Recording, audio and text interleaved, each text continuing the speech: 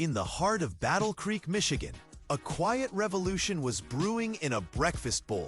It began not with a big idea, but with cornflakes. And not in a boardroom, but in a sanitarium.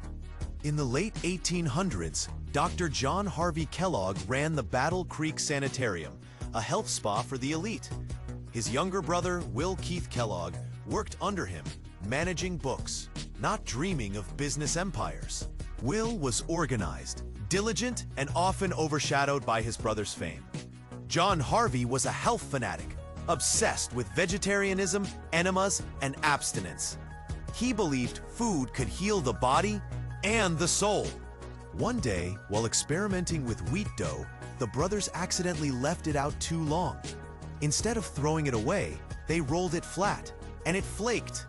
They toasted the flakes and served them to patients. To their surprise, the patients loved it. It was crunchy, light, and easy to digest. Soon, word spread. The flaked cereal became a hit beyond the sanitarium's walls, especially to people who'd never cared for a hot breakfast. Will saw potential, but John only saw medicine. The brothers clashed. John wanted to keep the cereal within the sanitarium. Will wanted to mass produce it, brand it, and sell it to the world. Their feud grew. Will felt stifled, dismissed. In 1906, he broke away, starting the Battle Creek Toasted Cornflake Company. It would later become the Kellogg Company, and it would change breakfast forever. Will added sugar to the flakes, something John despised. He also did something new. He marketed cereal using bold ads, slogans, and even cartoon mascots. He understood that selling wasn't just about food, it was about emotion. He advertised with claims like the original and best, taunting his brother's version. He offered free samples, prizes in boxes, and collected coupons. It was cereal as an experience, and kids loved it. By 1911, Kellogg's was producing 100,000 boxes a day. Cornflakes became a household staple. Will was no longer just a bookkeeper. He was a brand pioneer, and cereal had become a billion-dollar idea. But the family drama wasn't over. John sued Will for using the Kellogg name. The legal battle dragged on for years. In 1920, the court ruled in Will's favor. His business had made the name famous. It was a personal and public win. Will had finally stepped out of his brother's shadow. He poured his energy into expanding the brand. Rice Krispies, All Bran, and Raisin Bran followed. Each became an icon. Kellogg's embraced radio in the 1930s, sponsoring shows like Buck Rogers and Little Orphan Annie. The cereal box wasn't just packaging. It was a portal into American pop culture. In 1952, Kellogg's introduced Tony the Tiger for Frosted Flakes. With his catchy, "They're great" slogan, Tony became a breakfast legend.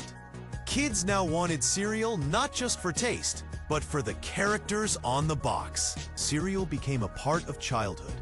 Quick, easy, and sweet, it fit the rhythm of a modern, fast-paced life. By mid-century, Kellogg's was a global force.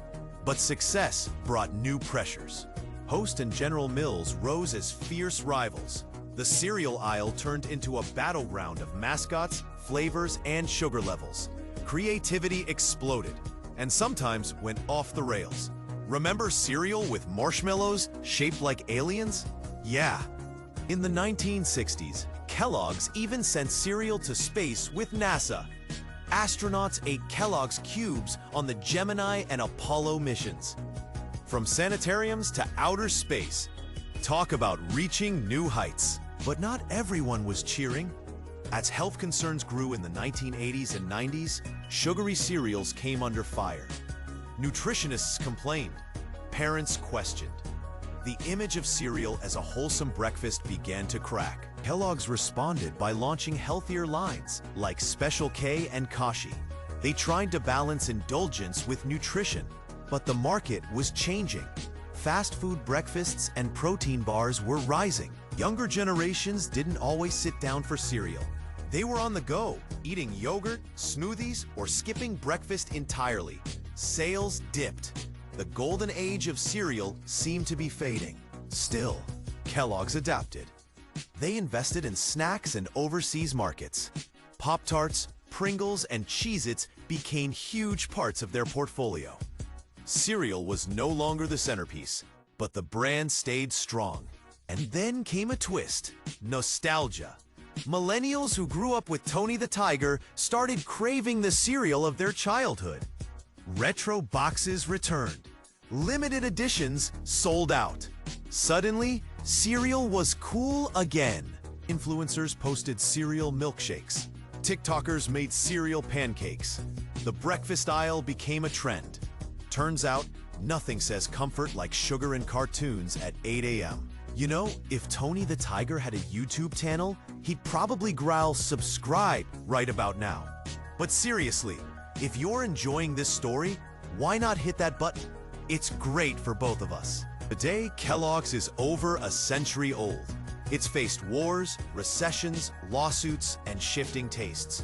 But it endures, because it's not just about food. It's about memory, ritual, and the joy of a good morning. There's even a Cereal City Museum in Battle Creek where visitors can see the legacy firsthand. The city once had over 100 cereal companies, but Kellogg's remains the crown jewel. Will Kellogg died in 1951 at the age of 91. He'd lived long enough to see his dream become a global brand and his name become a breakfast institution. He left most of his fortune to charity, founding the W.K. Kellogg Foundation, which still funds education and health programs today. He believed in giving back, just as he believed in feeding people. In 2023, Kellogg's made headlines again, splitting into two companies, Kellanova for snacks and WK Kellogg Co. for cereals. It marked a new chapter, adapting to modern tastes while holding on to tradition. The cereal box may look different now, the cartoons more modern, the ingredients more complex, but the essence remains: quick, comforting, and familiar. A small ritual that starts the day with a crunch. From a fluke in a sanitarium kitchen to a global empire, Kellogg's story is one of invention, ambition, and a sprinkle of sibling rivalry. And it all began with a forgotten batch of dough. So tomorrow morning, when you pour that bowl of flakes, remember, you're holding a piece of history, a bite-sized legacy, and maybe, just maybe, the taste of a dream that never got soggy. Because in the world of business, few things are as enduring as a brand that becomes part of people's lives, one spoonful at a time.